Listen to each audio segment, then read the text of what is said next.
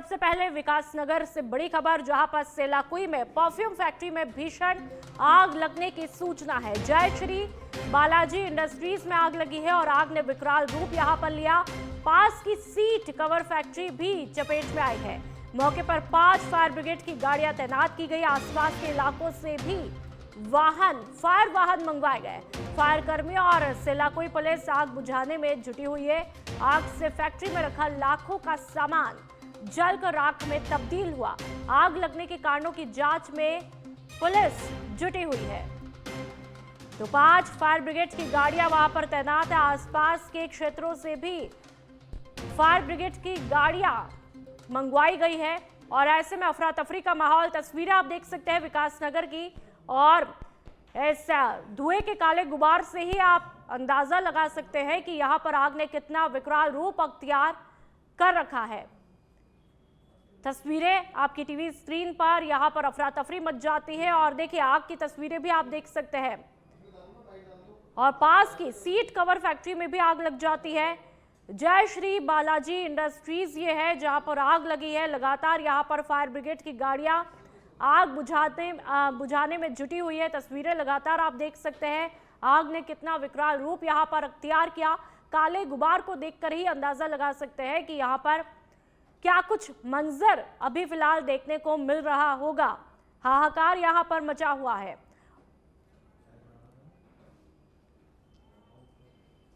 CM Pushkar Singh Dhami ने राज्य में शीतकालीन पर्यटन को बढ़ावा देने के लिए कई महत्वपूर्ण निर्देश दिए हैं। तस्वीरें आप देख लीजिए। उन्होंने snow leopard sighting, heli skiing और हिमालयन कार रैली जैसी गतिविधियों को तत्काल शुरू करने का आदेश दिया। इसके साथ ही सीएम ने 20 दिसंबर तक केएमवीएन और जीएमवीएन की सभी व्यवस्थाओं को दुरुस्त करने और होटल मालिकों के साथ में बैठक करने के निर्देश दिए। मुख्यमंत्री खुद सड़क मार्ग से पर्यटन व्यवस्थाओं का निरीक्षण करेंगे और सभी जिला अधिकारियों को सुनिश्चित करने के आदेश भी जारी किए। प्रमुख पर्यटन स्थलों से संबंधित सड़क, होटल और बुनियादी सुविधाएं पूरी तरह से दुरुस्त हो, इसलिए उन्होंने वन डिस्ट्रिक्ट वन फेस्टिवल के तहत हर जनपद में भव्य महोत्सव आयोजित करने और राज्य स्तर पर अंतर्राष्ट्रीय आयोजन करने के निर्देश जारी किए। तो तस्वीरें आप देख सकते हैं। यहां पर मुख्यमंत्री पुष्कर सिंह धामी बैठक लेते हुए दिखाई देते हैं। शीतकालीन पर्यटन को बढ़ावा देना मकसद है और इसको लेकर के तमाम निर्देश यहां पर जारी किए गए। तमाम अधिकारियों के साथ में 1-to-1 इंटरेक्शन यहां पर किया जाता है और तमाम व्यवस्थाओं को तकरीबन 20 दिसंबर तक दुरुस्त करने के आदेश दिए गए। देहरादून में आयोजित 47वीं all India public relation conference 2025 के शुभारंभ के मौके पर उत्तराखंड के मुख्यमंत्री पुष्कर सिंह धामी ने शिरकत की। मुख्यमंत्री ने दीप प्रज्वलन करके सम्मेलन का औपचारिक उद्घाटन किया। इस दौरान उन्होंने कॉन्फ्रेंस स्थल पर लगी फोटो प्रदर्शनी का अवलोकन भी किया और विभिन्न हस्तशिल्प उत्पादों के स्टॉल का निरीक्षण किया। तस्वीरें आप देख लीजिए, जिससे स्थानीय कला और शिल्प को बढ़ावा मिले। आयोजन में देश भर से आए जनसंपर्क विशेषज्ञों और प्रतिनिधियों की सहभागिता भी देखने को मिली। तो राष्ट्रीय सम्मेलन का आगाज यहां पर देहरादून के अंतर्गत होता है। मुख्यमंत्री पुष्कर सिंह धामी को यहां पर देखा जा सकता है और उत्तराखंड की संस्कृति भी इसके जरिए देखने को मिलती है। दीप प्रज्वलन करके इसका आगाज किया जाता है। तो साथ ही फोटो प्रदर्शनी का अवलोकन भी किया जाता है और ये कल्चरल एक्टिविटी की तस्वीरें आप देख सकते हैं। के संबंध में जो आज एक सम्मेलन यहाँ पर 3 दिन का हो रहा है, निश्चित रूप से संवाद को और आसान बनाने में, बेहतर बनाने में, जन केंद्रित बनाने में, लोगों से सीधे सीधे जुड़ने में सरकारों को भी, और जो विकसित भारत का संकल्प है उसकी थीम पर आयोजित ये सम्मेलन निश्चित रूप से जो 3 दिन तक यहाँ पर इसमें मंथन होगा, चिंतन होगा, अनेक विचार होंगे आपस में, वो विकसित भारत के संकल्प में बहुत बड़ा एक सहायक की भूमिका निभाएंगे।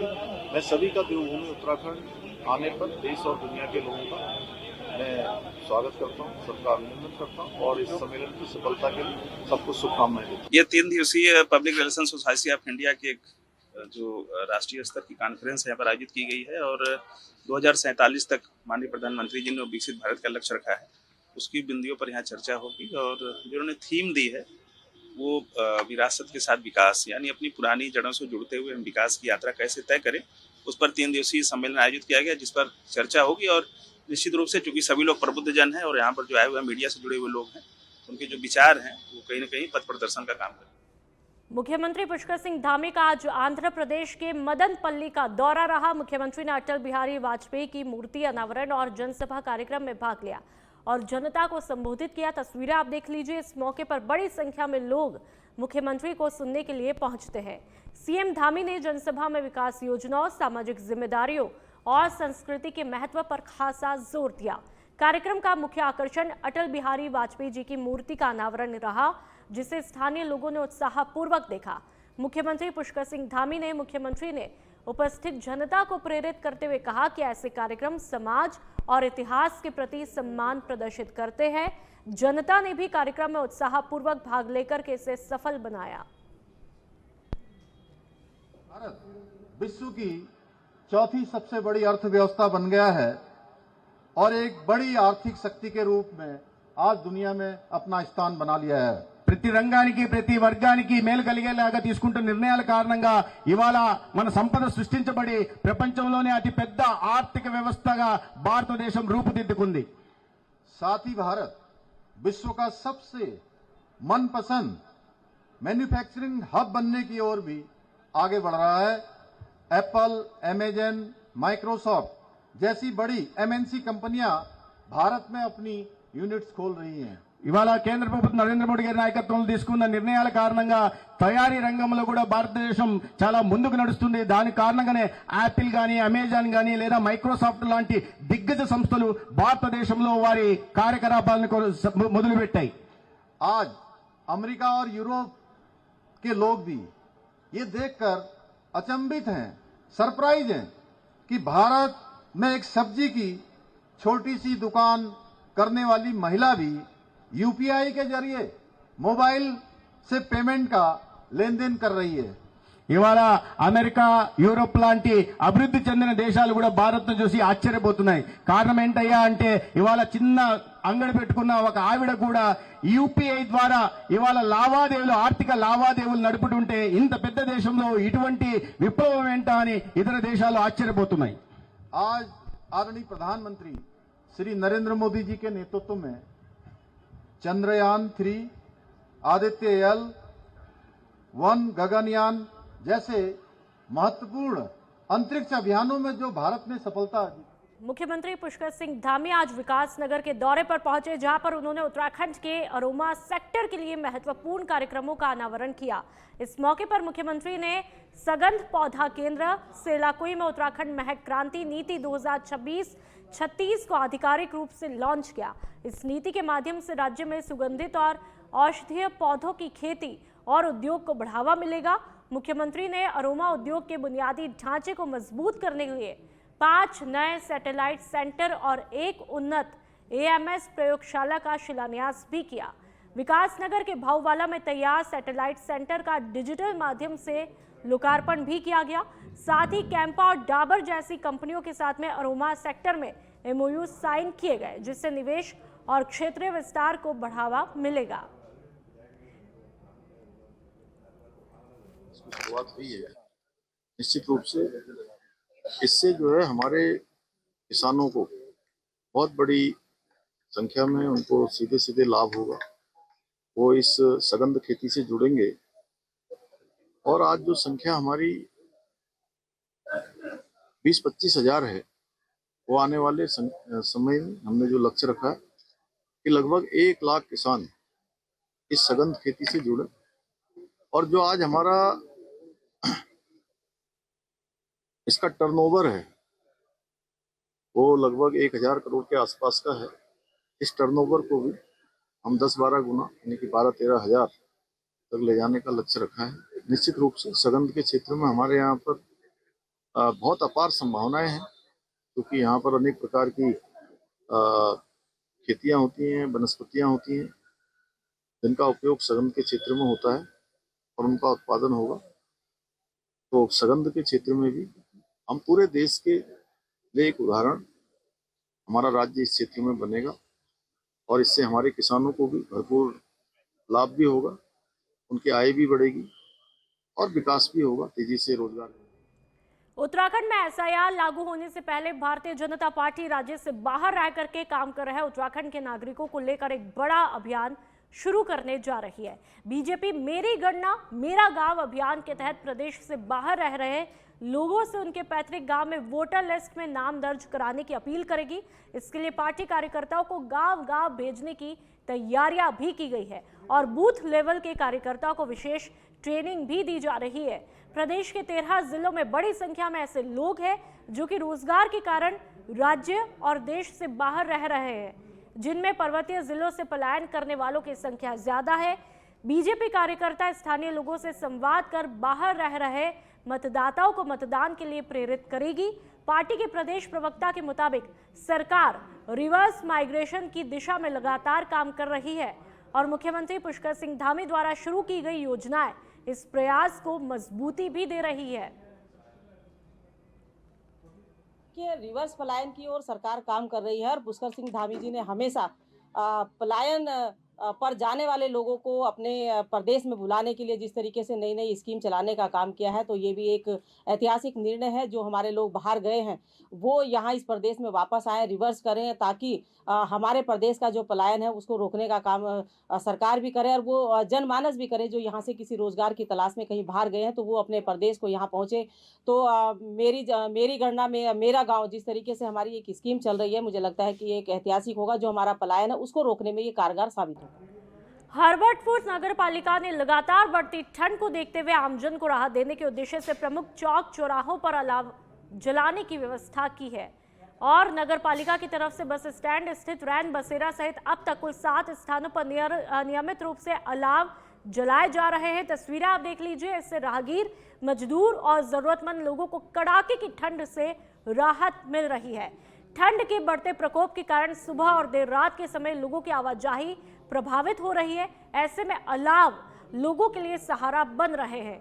बड़ी संख्या में लोग अलाव के पास खड़े होकर के ठंड से बचाव करते हुए दिखाई देते हैं। नगरवासियों ने इस पहल की सराहना करते हुए और ज्यादा भीड़ भाड़ वाले इलाकों में अलाव बढ़ाने की मांग की है।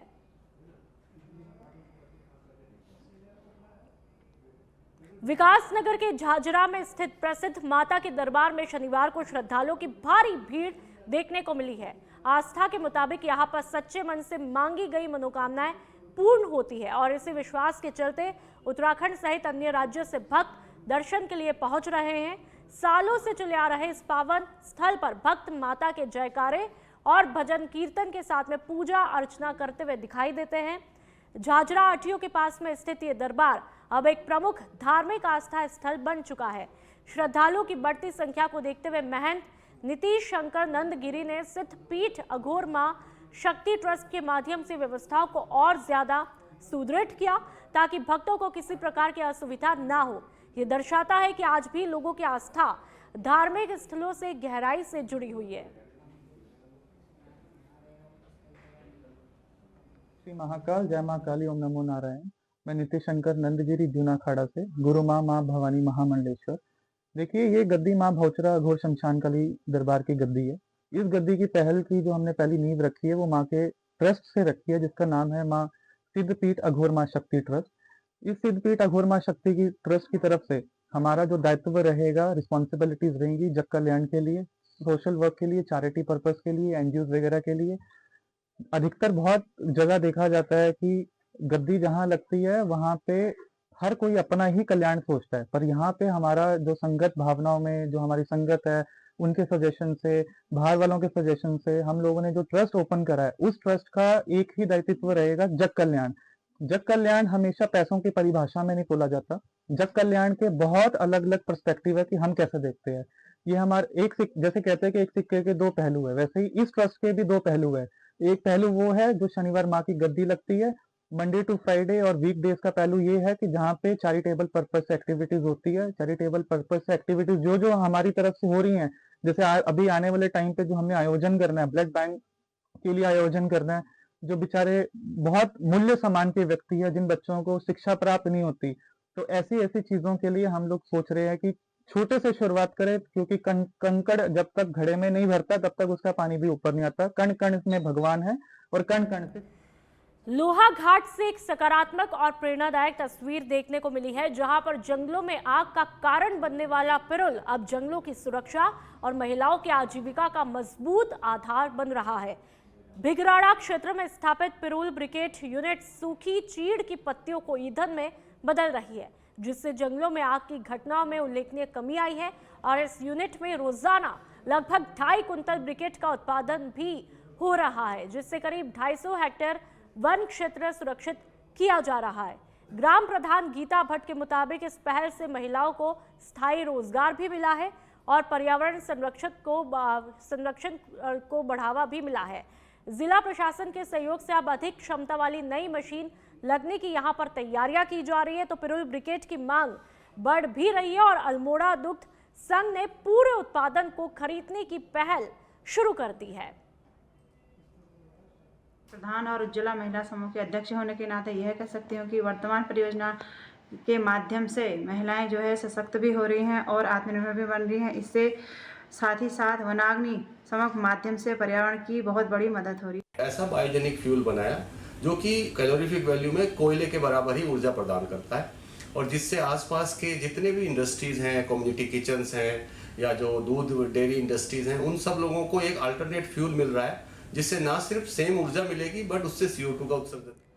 और अब अगली खबर की बात करेंगे। लोहा घाट से एक बड़ी खबर देखने को मिली है, जहां पर घास से भरी एक गाड़ी में अचानक से आग लगने से इलाके में अफरा तफरी मच गई है। तस्वीरें आप देख लीजिए। ये घटना डिग्री कॉलेज रोड पर उस समय हुई जब सिरमौली गांव से घास लेकर आ रही गाड़ी सड़क किनारे लगे बिजली के खंभे के पास से गुजर रही थी और प्रारंभिक जानकारी के मुताबिक शॉर्ट सर्किट के चलते गाड़ी में आग लगी। घटनास्थल भीड़ भाड़ वाला होने के कारण आग फैलने और जनहानि की आशंका यहां पर बढ़ गई है। हालात को भांपते हुए चालक ने सूझबूझ दिखाते हुए गाड़ी को तुरंत बाड़ीगाड़ पुल पार करके एक सुनसान जगह पर रोका। सूचना मिलते ही स्थानीय लोग मौके पर पहुंचे और फायर ब्रिगेड को बुलाया गया। फायर ब्रिगेड की टीम ने कड़ी मशक्कत के बाद में आग पर काबू पाया। इस घटना में कोई जनहानि नहीं हुई, हालांकि हजारों रुपए की घास जल करके नष्ट हुई। भिलंगना ब्लॉक के प्राथमिक स्वास्थ्य केंद्र पिलखी में स्वास्थ्य सुविधाओं की बदहाली और घनसाली में उपजिला चिकित्सालय की मांग को लेकर के चल रहा घनसाली स्वास्थ्य जन संघर्ष मोर्चा का धरना 51 दिन बाद 28 फरवरी तक के लिए स्थगित किया गया है।